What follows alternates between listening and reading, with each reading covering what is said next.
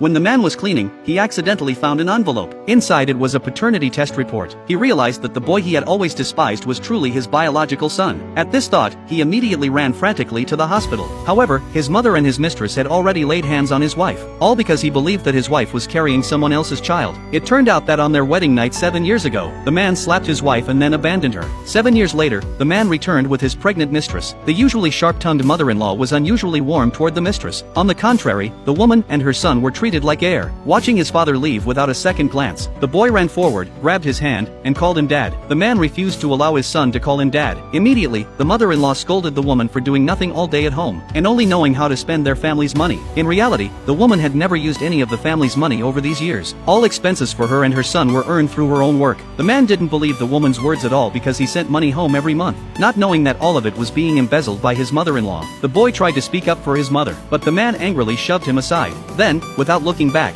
he left mercilessly. The woman watched her son weeping bitterly and felt immense heartache. She asked her son whether he was willing to leave with her. The son said they had waited for his father for 7 years and didn't want to give up. He begged his mother to give his father 3 more chances. If his father still didn't change after 3 chances, they would leave. When they returned home, the mistress provoked the woman. It was then that the woman learned that over the past 7 years, every letter she had written to her husband had been intercepted by the mistress. When the mistress saw the man approaching, she deliberately splashed ink onto her own skirt, accusing the woman of encouraging their son to ruin her skirt. The man immediately ordered his son to apologize to the mistress. Not even listening to his son's explanation, the woman hurriedly pulled her son to her side, and stated that he would never apologize for something he hadn't done. The man demanded that the woman pay compensation. In anger, the woman hurled money at him, telling him to take it to the hospital to treat his eyes so he wouldn't remain blinded by the mistress. Her words completely enraged the man, and he grabbed the ink and splashed it onto her face. This act completely squandered the first chance their son had given him. Soon, the man faced the second test from his son. Over the years, the son had been constantly mocked by classmates for not having a father. He longed for his father to attend a parent-child sports day with him. Although the man did come, he brought his mistress to choose a school for their unborn son. Amid another round of ridicule from his classmates, the man lost his second chance. The woman wanted to explain that the boy was indeed the man's biological son, but the man absolutely refused to believe it. At that moment, the mistress deliberately fell down the stairs, accusing the boy of pushing her. The man instantly felt profound hatred for this son,